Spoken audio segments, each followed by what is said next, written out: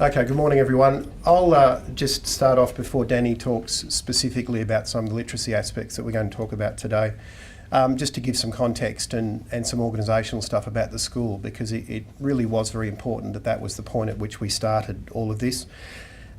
Preston Northeast, if anyone's not aware of where the school is sort of situated in a pocket over behind Northland Shopping Centre.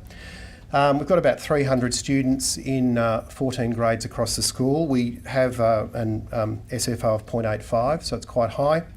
High ESL population in the school and a high percentage of Indigenous students, about 10%.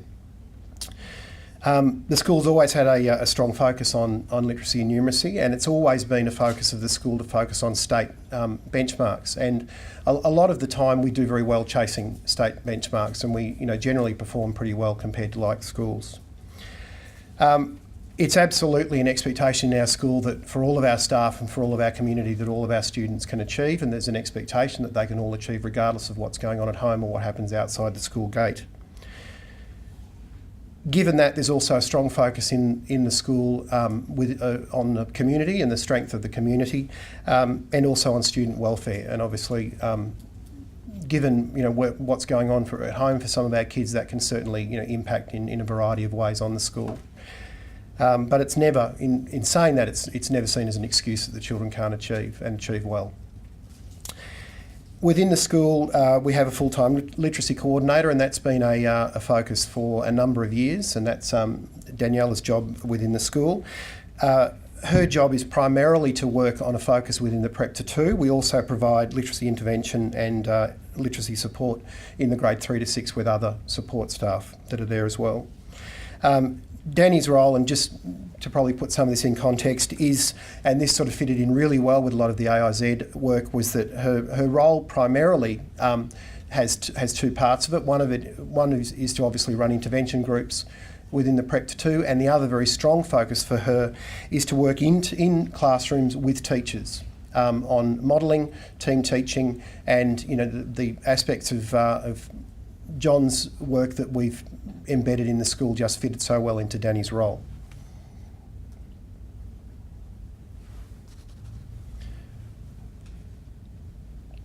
I think one of the key things for us when we started this work was to make sure that it was absolutely embedded within the structure of the school and was seen as absolute core business.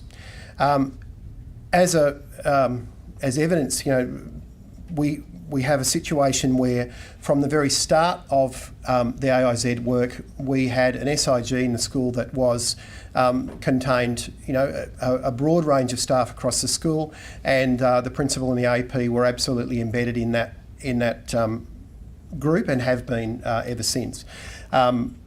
As AP in the school, I was also attending PDs as a learning leader as well. So for the staff, that they saw that was a key part of what was going on, that it was absolutely important task in the school. Obviously, as things have moved along, we've started to divide tasks in the school. Different teachers are now attending, maths things and literacy things, but very much the focus for us over the last 2 years has been literacy, and we've seen some fantastic results because of that. One of the things we also did at the very start of this whole process was we actually added, within the structure of the school, we actually added an APT. And that APT was clearly pointed out to staff that it was a professional learning time. So within the staff's day, we actually added a session that they got across the week where they would work with their team on professional learning team tasks. So from the start, that was seen that it was something that there was an expectation that it was a professional learning time, and that's why we added it. Learning leaders were released every Thursday, and we did that with initially 4 staff across the school. So we had a great range across the school, that we had staff going from every area, and those staff could then be feeding back into their area the sorts of things that were going on, and every area had a direct contact of someone they could speak to. It wasn't someone talking from outside their area that maybe didn't understand what was happening within their particular grade level. The other thing that we embedded was we also, within our meeting structure across the school, we also added some staff PDs, and those staff PDs, which were run by all of the learning leaders together allowed there to still be that whole school focus. So the same message was happening across the whole school, but the PLT time each week allowed teachers to actually have someone there that was running the PD, but then knew the intricacies of their area, and they could then ask maybe questions they weren't prepared to ask in a whole staff PD. They could share the things that were happening in their grade, what was, the things they were trying, what was working and what was not. So there was a couple of levels at which people had that interaction with the learning leaders.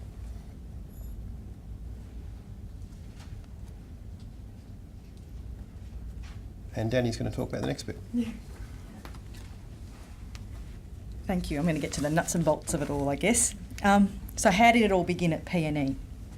Well, firstly, let me say that the staff at PNE understand that in order to improve student achievement, we have to improve teachers' instructional practices. And the school improvement team recognised the importance of developing and building teacher capacity in the area of literacy. Our literacy results, whilst generally ahead of like schools, still required improvement, especially in the area of reading comprehension. So, after extensive analysis and critical reflection and lots of discussion on our performance results from NAPLAN, the Department Prep to 2 benchmark data and various other forms of assessment, we decided to focus on developing and improving teacher instructional practices and student achievement in literacy. In particular, we decided to focus on implementing the 7 high reliability procedures. Our ultimate aim from the beginning was to teach students to use these effective literacy practices independently to support and deepen their understanding as a reader, as a writer and as a speaker and listener. In 2008, we provided each area of the school, our Prep to 2, our 3-4, our 5-6 and our specialist team, a learning leader to train them in the effective literacy practices. We decided to provide professional learning to staff in various ways, with the whole staff and in professional learning teams. We also included our ESOs. As the learning leaders, we modelled the strategies to staff with whole classes or with small teaching groups. We provided opportunities for staff to observe one another's teaching practices and to observe those who were successfully implementing effective literacy strategies already. This proved to be a very powerful form of professional learning. The PLT at PNE provided great opportunities for teachers to reflect on their own professional practices. Staff supported one another in developing and deepening their knowledge of effective literacy teaching practices.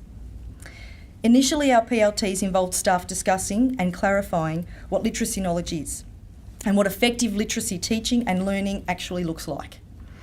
And that was interesting.